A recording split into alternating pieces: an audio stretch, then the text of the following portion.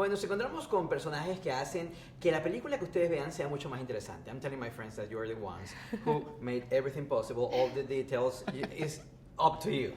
So this time around, 24 years later since the first one came out, we've seen something different, but more realistic.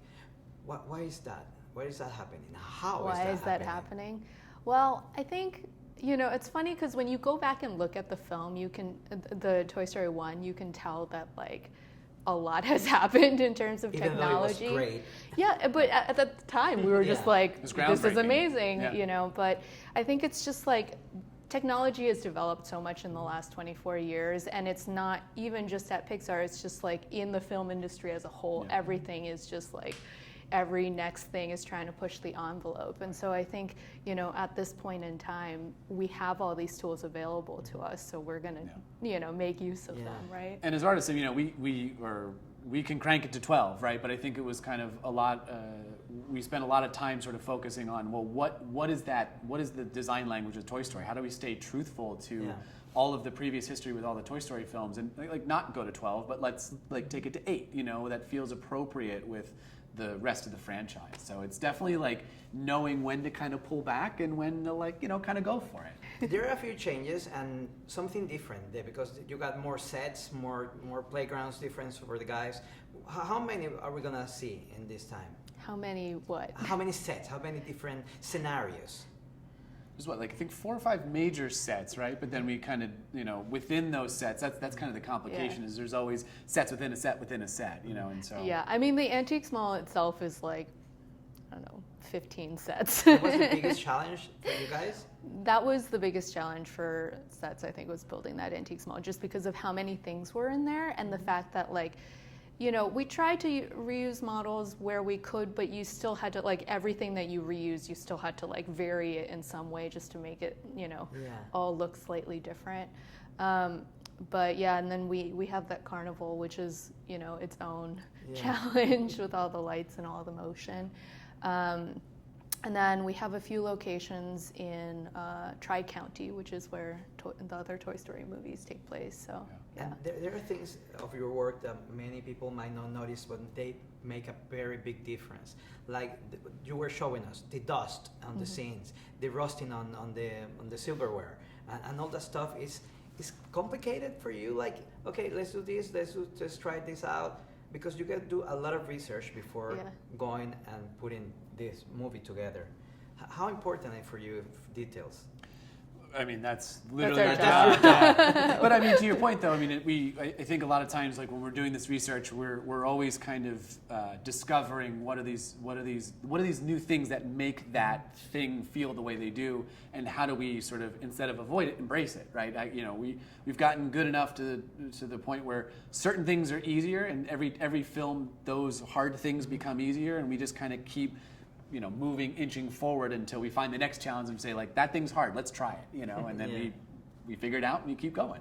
Yeah, and I mean, everybody who works here is super talented, but also a huge nerd. Yeah. So it's every new thing that we start, it's always people will just be standing, we were doing something with trees and we were just standing there looking at trees for a while, so it's reading articles about the science of things, so yeah.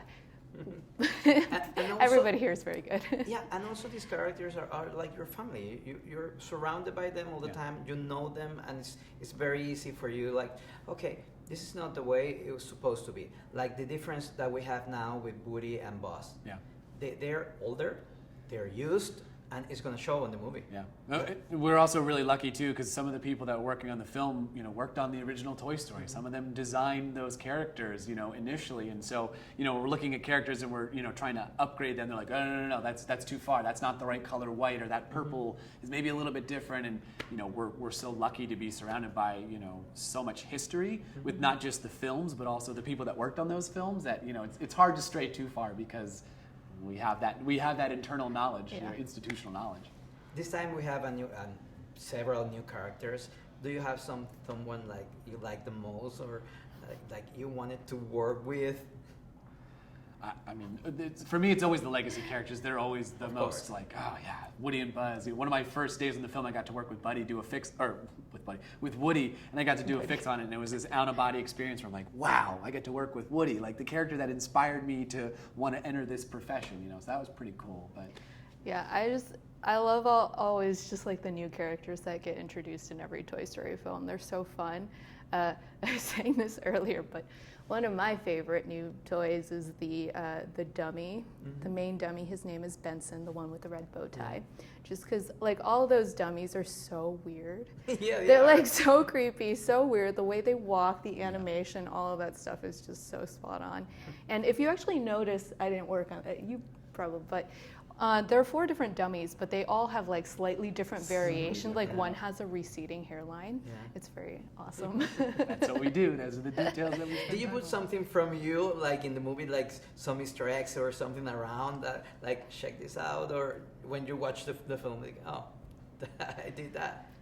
Oh, there are so many now. There was this one thing that I really wanted to put in. It ended up getting changed, which there was this carnival prize that's my favorite prize. It's called, in my opinion, it's called Hot Dog Dog, and it's just a hot dog, but with like a dog face. He's got little paws, and so you'll see it around the carnival, and that's one of my favorite things. But he was a hero, like he had a hero moment for a little while, but then he got taken out. So the Antiques Mall is filled with little Easter eggs. So I mean, that's one of the most fun things that we kind of enjoy doing, is kind of sneaking some things, you know, whether it's from other films or the other short films that we made, kind of stick them in places that you might not see the first time, but maybe the second or third time, like, oh, that's, you know, something from one of our other films. Yeah, like, Craig, who you saw earlier, the graphics art director, like Craig has put so much stuff in everything, and so like all of us have like names in there somewhere, and like, you know, he's taken pictures of people, and yeah, actually he went around, and a lot of people around here paint as well, so he had taken